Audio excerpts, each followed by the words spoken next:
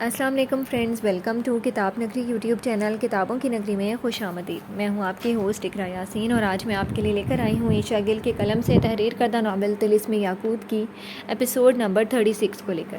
اس episode کو start کرنے سے پہلے آپ جلدی سے کر لیجئے ہمارے چینل کو سبسکرائب، ویڈیو کو لائک اور کلک کر لیجئے بیل آئیکن کو۔ اب آتے ہیں ایپیسوڈ کی جانب۔ میں بھی کب چاہتا ہوں تم یہ سرٹیفکیٹ حاصل کرو، پر کیا کروں زیب، یہ دل نہیں مانتا تمہیں خود سے دور کرنے کو، تمہیں کسی اور کا ماننے کو۔ افکن نے اس کی کلائی تھام کر اسے آگے بڑھنے سے روکا تو زنجبیل کا شدت سے دل کیا کہ وہ اسے یوں ہی پکڑے رکھے اور خود سے دور نہ جانے دے، کیونکہ قدم آگے بڑھاتی تو یہ رائم کے روبرو جا رکتے۔ اب وقت ہے کہ تم دل کو سمجھا لو، اسے منا لو کسی اور کو اپنانے کے لیے، بے دردی سے کہا گیا، جبکہ افکن نے زور سے آنکھیں میچیں۔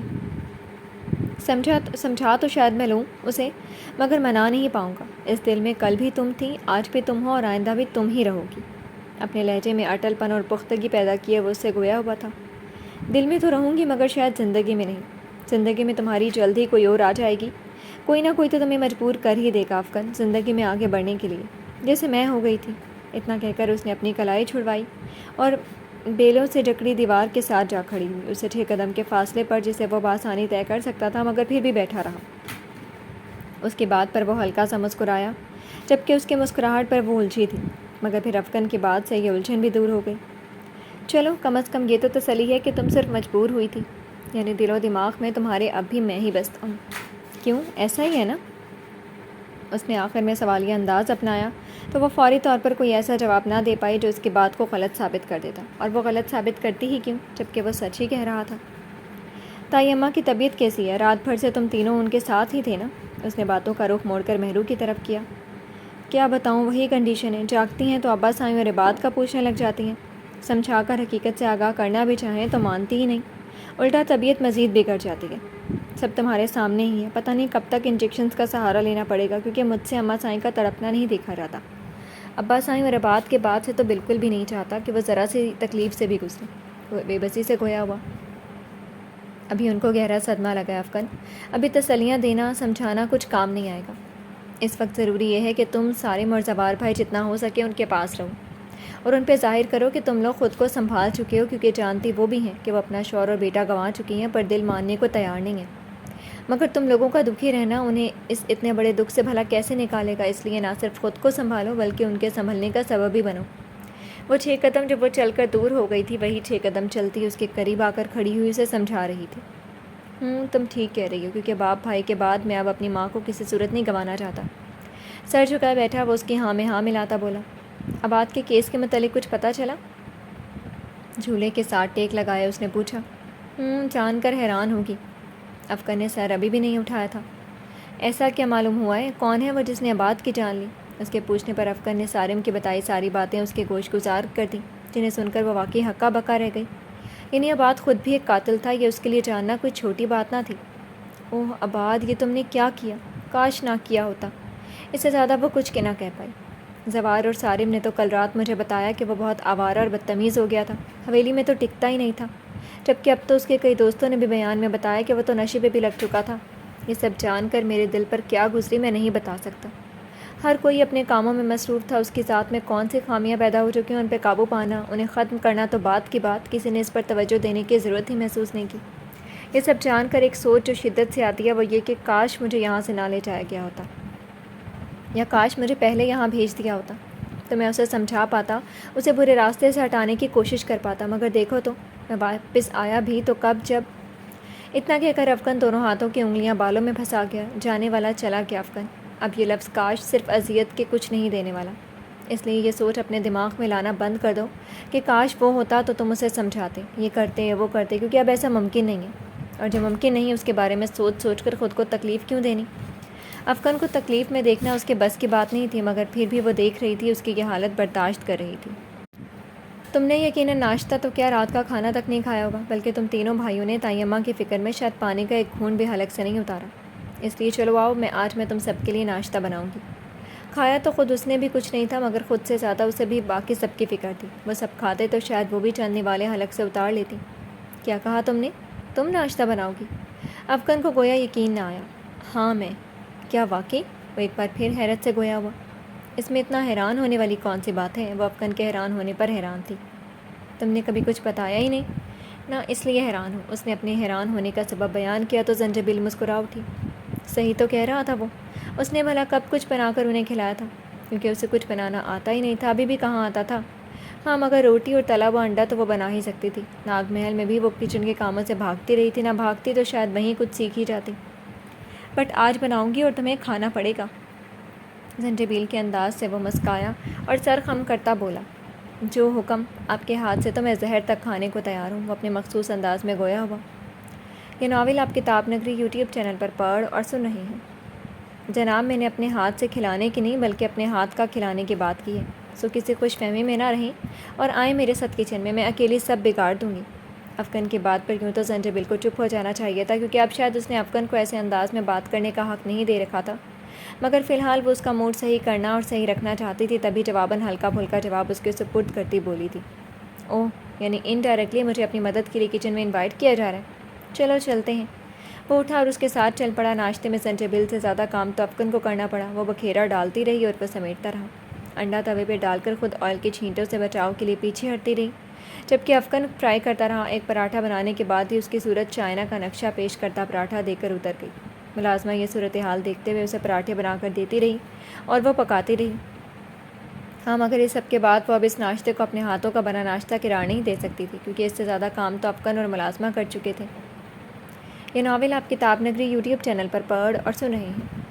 طیمہ، پلیز تھوڑا سا تو کچھ کھا لیں۔ وہ مہرو کے سرہانے بیٹھی ان سے ریکویسٹ کر رہی تھی کہ وہ کچھ کھا لیں، مگر وہ کچھ بھی کھانے سے انکاری تھی۔ میں کچھ نہیں کھاؤں گی جب تک میرا عباد واپس نہیں آ جاتا۔ مجھے میرا بیٹا واپس لا کر دو۔ شوہر کی موت کو تو وہ ایکسیپٹ کر چکی تھیں، کیونکہ وہ عرصے سے بیمار تھے اور ان کی بیماری اور حالت سے دکھتا تھا کہ ان کی زندگی کا کوئی بھروسہ نہیں، کسی بھی وقت دغا دے سکتی ہے، مگر بیٹے کی اچانک موت نے ان کے دماغ پر گہرا اثر چھوڑا تھا۔ آپ کو کیسے سمجھاؤں طیمہ کہ عباد اب کبھی واپس نہیں آئے گا، بالکل اسی طرح جس طرح تایا سائی اب کبھی واپس نہیں آئیں گے۔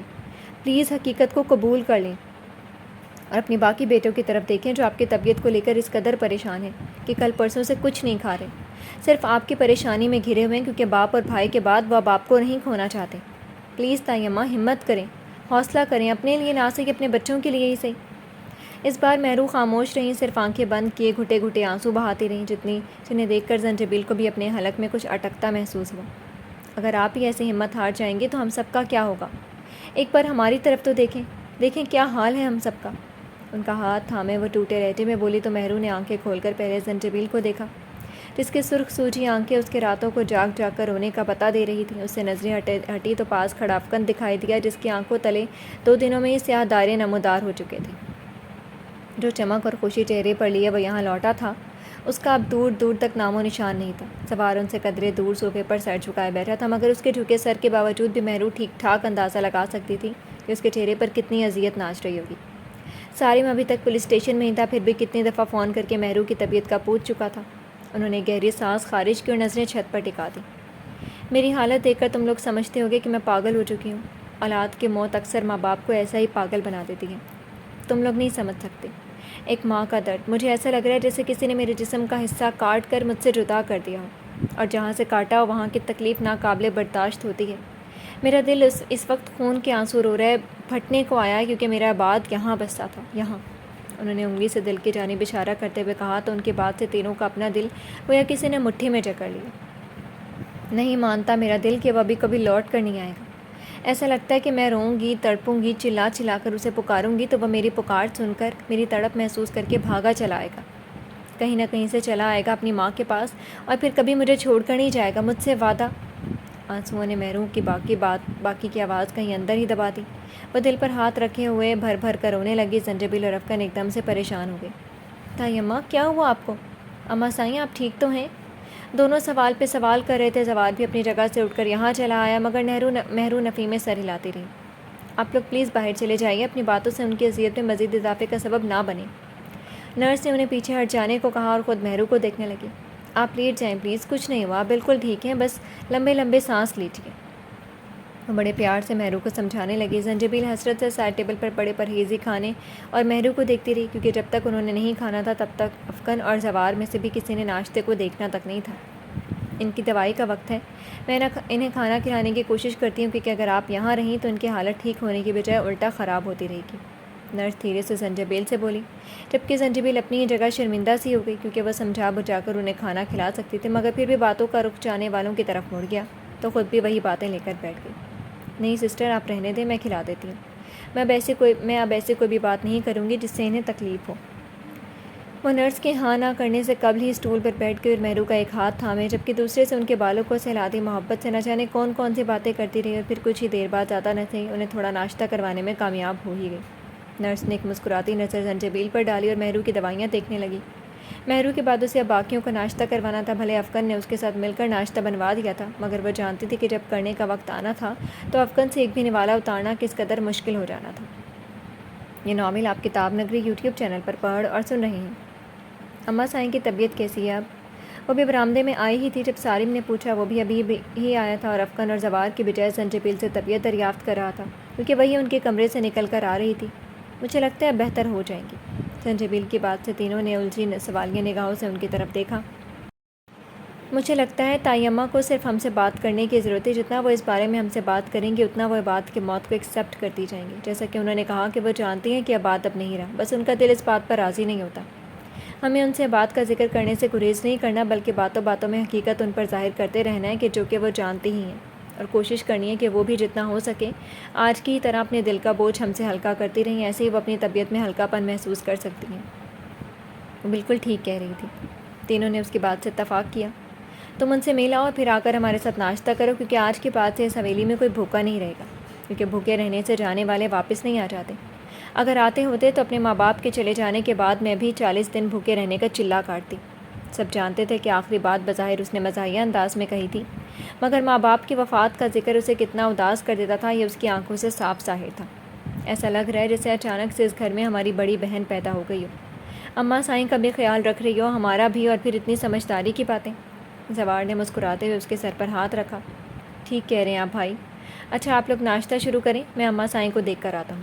سالم یہ کہتا اندر کی طرف بڑھ گیا جبکہ افکن سوچنے لگا کہ یہ سیانی چڑیا تو کسی اور گھر کی ذمہ داریاں سنبھالتی ہے، یہاں تو صرف چند دن ہی ٹھہرے گی پھر خود بھی جا کر ہمیں اداس کر دے گی.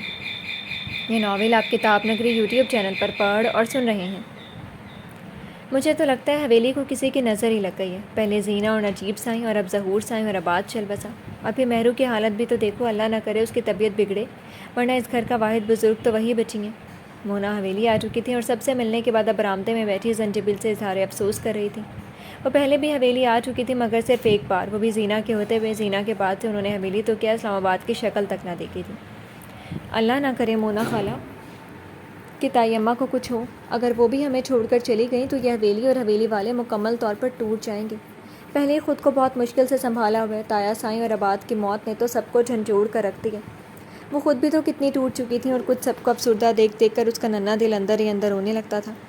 ہاں تو بیٹا میں بھی تو یہی کہہ رہی ہوں کہ اللہ نہ کرے. بڑا افسوس ہوا مجھے تو تینوں بچوں سے مل کے لگا جیسے بے جان وجودوں سے مل رہی ہوں. زندہ انسانوں والی تو کوئی بات لگ ہی نہیں رہی تھی ان میں. ہنسنا تو دور کی بات، مسکراہٹ سے بھی دور بھاگ رہے ہیں. کچھ پوچھوں تو بس 2 لفظ کہتے ہیں یا سر ہلا دیا. بس نظریں جھکائے آنکھوں میں آئی نمی کو چھپانے کی ناکام صحیح کر رہے تھے. میں نے پھر زیادہ بات چیت کی ہی نہیں، نہ ظہور سائیں اور عباد کے حوالے سے خواہ مخواہ ان کی تکلیف میں اضافے کا سبب بنتی. مونا نے ہاتھ میں پکڑے گلاس کو لبوں سے لگا لیا اور پھر ہٹا لیا. وہ تھوڑی تھوڑی دیر بعد پانی کے گھونٹ بھر رہی تھی. ٹھیک کیا خالہ آپ نے، جتنا یہ ذکر ہوگا اتنی ہی سب کو تکلیف پہنچے گی. آپ آئی ہیں نا تو آپ ان سب کو سمجھانا، شاید آپ کے سمجھانے سے ان کو تھوڑا صبر آ جائے، کیونکہ میں جانتی ہوں ایک دوسرے کے سامنے تو سب خود کو مضبوط ظاہر کر لیتے ہیں مگر تنہائی ملتے ہی مصنوعی تاثرات کا بند ٹوٹ جاتا ہے. وہ ٹھیک ہی تو کہہ رہی تھی. وہ خود بھی تو ایسا ہی کر رہی تھی، سب کے سامنے خود کو نارمل رکھنے کی کوشش کرتی تاکہ دوسروں کو بھی حوصلہ ہو، مگر تنہائی پاتے ہی رونے کو بہت سی وجوہات اکٹھی ہو جاتی تھی. میں سمجھاؤں گی، تم فکر نہ کرو. اپنے لیے نہ صحیح ماں کے لیے تو خود کو مضبوط کرنا پڑے گا انہیں. اچھا یہ سب باتیں ایک طرف، تم یہ تو بتاؤ یہ افکن والا کیا ماجرا ہے؟ مونا کے اس بات کا مطلب زنجبیل کے سر پر سے گزر گیا، تبھی ماتھے پر شکنے لیے بولی. میں سمجھی نہیں، کیسا ماجرا؟ ارے بھائی یہی افکن کا اچانک سے زندہ ہو جانا. مجھے تو جب رائم نے بتایا تو میں تو بھائی بے حد حیران ہوں کہ ایسا بھلا کیسے ہو سکتا ہے. 2.5 سالوں سے جس کو سب نے مردہ سمجھ لیا، جس کے مرنے کی خبر ہر طرف پھیل چکی تھی، وہ راتوں رات زندہ کیسے ہو سکتا ہے؟ رائم نے بتایا کسی نے اسے قید کر کے رکھا تھا. بھلا کون تھا وہ؟ تھوڑی پر ہاتھ رکھے پرسوچ انداز اپنایا انہوں نے پوچھا، جبکہ زنجبیل اب ان کی باتوں کا کیا جواب دیتی؟ وہ سچ بتانا نہیں چاہتی تھی، اور بتاتی بھی تو وہ یقین نہ کرتی۔ یہ تو اس نے سوچا تھا کہ آہستہ آہستہ رائم کو سب بتا دے گی کہ وہ اتنے دنوں سے بنت سمیہ کے گھر نہیں بلکہ دوسری دنیاؤں میں تھی، کیونکہ آئندہ بھی اسے ان دنیاؤں کا سفر کرنا تھا۔ تو پھر کب تک یہ سچ چھپاتی رہے گی؟ کس کس کے گھر رہنے کا بہانہ بنائے گی؟ رائم مان گیا تو اس سے اچھا اور کیا ہوگا، اور نہ یقین کیا تو پھر وہ کوئی نہ کوئی طریقہ اپنا لے گی، مگر اپنے ماں باپ کے پاس ضرور جائے گی۔ کیا ہوا زنجبیل، کہاں کھو گئی؟ میں تم سے افغان کے متعلق سوال کر رہی ہوں اور تم ہو کہ نہ جانے کس دنیا میں پہنچ گئی ہو۔ مونا نے اس کے گھٹنے کو ہلا کر اسے ہوش کی دنیا میں واپس کھینچا۔ وہ اب کیا بتاتی کہ اس ذکر سے وہ واقعی کسی دوسری دنیا میں پہنچ جاتی تھی۔ رائم نے آپ کو اس حوالے سے کیا بتایا؟ جواب دینے کی بجائے الٹا اس نے بھی سوال کر ڈالا۔ یہ تو طے تھا کہ وہ حقیقت نہیں بتانے والی تھی، کم از کم فی الحال تو نہیں۔ لو بھلا اس نے کیا بتانا ہے، جب اسے کچھ معلوم ہی نہیں؟ کہہ رہا تھا کہ تم نے فی الحال اس سے پوچھا ہی نہیں۔ جو زنجبیل نے کہا تھا رائم نے بھی وہی سب مونا کے گوش گزار کیا تھا۔ جب میں نے کل نہیں پوچھا تو آپ کو کیا لگتا ہے خالہ کہ آج حالات کل سے مختلف ہو گئے ہیں؟ جب پوچھوں گی اور مجھے پوچھنا بھی نہیں ہے، وہ واپس آ گیا، یہی کافی ہے۔ وہ بتانا نہیں چاہتی تھی جبکہ مونا جاننے میں دلچسپی رکھتی تھی۔ ہاں تو بھئی یہی بتا دو کہ واپس آیا کیسے؟ خود بھاگ آیا، انہوں نے چھوڑ دیا یا کوئی چھڑوا کر لایا؟ اتنی آسانی سے مونا اس موضوع کی جان نہیں چھوڑنے والی تھی کہ زنجبیل کو اندازہ ہو گیا تھا۔ سارم وہی چھڑوا کر لایا تھا اپنے بھائی کو۔ کوئی نہ کوئی جھوٹ تو بولنا ہی تھا، تو یہی صحیح۔ مگر سارم کو کیا الہام ہوا تھا کہ اس کا بھائی زندہ ہے اور کہاں ہے؟ اب تو زنجبیل واقعی تنگ آ گئی تھی ان کے سوالوں سے۔ ہو سکتا ہے خالہ کہ الہام ہی ہوا۔ خیر آپ چھوڑیں نا ان باتوں کو، سفر سے آئی ہیں، تھکی ہوئی ہوں گی، میں آپ کو آپ کے کمرے میں لے چلتی ہوں۔ کھانا تو کھایا نہیں ہوگا، ایسا کرتی ہوں وہ بھی آپ کے کمرے میں ہی لگا دیتی ہوں۔ وہ بات کا رخ دوسری طرف موڑ گئی۔ ہاں تھک تو میں واقعی چکی ہوں، کچھ آرام کروں گی، اور کھانا تو میں نے فلائٹ میں کھا لیا تھا، کون سا کوئی لمبا سفر کر کے آئی ہوں، باقی بائی ایئر ہی آنا ہی مجھ بوڑھی جان کے لیے بہتر تھا۔ مگر دیکھو اتنے میں بھی آرام کی طلب ہو رہی ہے۔ وہ بھی اس کے ساتھ ہی اٹھ کھڑی ہوئی۔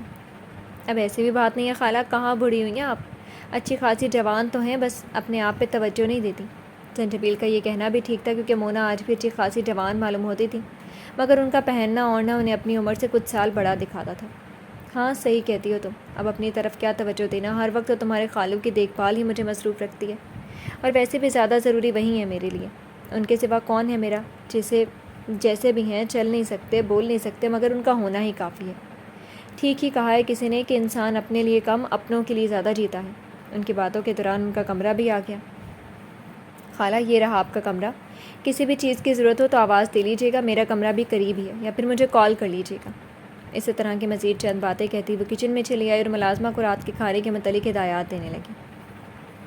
یہ ناول آپ کتاب نگری یوٹیوب چینل پر پڑھ اور سن رہے ہیں۔ جب زینہ اور نجیب شاہ زندہ تھے تو ہر جمعے کو اسی بڑے سے کچن میں سوجی کا حلوہ بنا کرتا تھا، جو زینہ بنایا کرتی تھیں، اور اتنی مقدار میں بناتی تھیں کہ اسے حویلی سے باہر بھی بانٹا جاتا تھا۔ یہ ہر ہفتے کا معمول ہوتا تھا کہ ایک دن یعنی جمعے کو حلوہ لازمی بنتا تھا، اور نجیب شاہ، زوار اور افغان بہت شوق سے کھاتے تھے، کیونکہ زینہ کے ہاتھ میں بہت ذائقہ تھا، اور ان کے ہاتھ کے حلوے کے تو سبھی دیوانے تھے۔ مگر ان کی وفات کے بعد سے یہ معمول ختم ہو گیا۔ مہرو نے اس معمول کو قائم رکھنے کی کوشش ہی نہ کی، مگر زنجبیل نے سوچا تھا کہ کل ناشتے میں وہ بالکل ویسا ہی نہ صحیح مگر ذائقے دار حلوہ ضرور بنائے گی، اور اس کے لیے اسے ریسیپی دیکھنی تھی، اور پہلے تھوڑا سا بنا کر ٹرائی کرنا تھا۔ تبھی وہ ملازمہ کو کہنے لگی، سنو تمہیں پتہ ہے کیا میری اماں سائیں کیسے حلوہ بنایا کرتی تھی؟ یہ ملازمہ کافی پرانی تھی، تقریباً 7 سال تو ہو ہی گئے تھے اسے حویلی میں کام کرتے، مگر وہ مستقل یہاں نہیں رہتی تھی، شام ہوتے ہی اپنے گھر کو چلی جاتی تھی۔ اس حویلی میں بہت سے ملازمین تھے، مگر کوئی کک نہ تھا، کیونکہ کھانا حویلی کی عورتیں خود بنایا کرتی تھیں، اور مرد بھی اپنی عورتوں کے ہاتھ کا کھانا ہی پسند کرتے تھے۔ تبھی زینہ کے بعد بھی مہرو نے کسی ملازمہ کی مدد نہ لی، خود ہی سارا کھانا تیار کیا کرتی تھی، مگر کل سے ملازمہ ہی کچن کو دیکھ رہی تھی۔ آپ تو جانتی ہیں کہ ہمیں باورچی خانے کے کاموں میں نہیں لگایا جاتا تھا، مگر حلوہ میں جانتی ہوں کہ بیگم صاحبہ کیسے بناتی تھی۔ ملازمہ کی طرف سے زنجبیل کو مثبت جواب ملا۔ اچھا، اور صرف حلوے کا ہی تم کیسے جانتی ہو؟ زنجبیل نے سرسری سا پوچھا۔ وہ اس لیے بی جی کیونکہ چھوٹی بیگم صاحبہ کے ہاتھ کا بنا حلوہ تو سب میں مشہور تھا۔ مجھے بھی شوق ہوا کہ میں بھی ان سے ترکیب لوں اور گھر میں بناؤں، کیونکہ میرے بچے بھی میٹھا بہت شوق سے کھاتے ہیں۔ بس ان سے ذکر کیا تو انہوں نے کہا آج میں بناؤں گی تو ساتھ کھڑی ہو کر دیکھ لینا۔ اچھا واقعی؟ تم نے پاس کھڑے ہو کر دیکھا تھا کہ اماں سائیں کیسے بناتی ہیں؟ پھر تو اچھے سے جانتی ہو کہ اچھا چلو، میں ابھی نہیں بلکہ کل ناشتے میں بناؤں گی تو مجھے ساتھ ساتھ بتانا۔ کاش میں بھی اماں سائیں سے کچھ سیکھ لیتی۔ آخر میں زنجبیل حسرت سے گویا ہوئی۔ کل اگر بالکل ان کے جیسا حلوہ بنا تو یہی سمجھ لیجیے گا کہ انہی سے سیکھا ہے۔ ملازمہ کی بات سے اس کی حسرت میں کمی ہوئی، اور وہ مسکراتی ہوئی اسے رات کے کھانے کا بتانے لگی۔ شام ہو رہی تھی اور اس کا ارادہ کچھ وقت کھلی فضا میں گزارنے کا تھا۔ تب یہ اپنے لیے چائے بنائے باہر چلی آئی۔ جی تو فرینڈس، کیسی لگی آپ کو آج کی ایپیسوڈ؟ کمنٹ سیکشن میں ضرور بتائیے گا. پھر حاضر ہوں گے ناول کے نیکسٹ ایپیسوڈ کے ساتھ. تب تک کے لیے اجازت دیجیے. شکریہ. اللہ حافظ.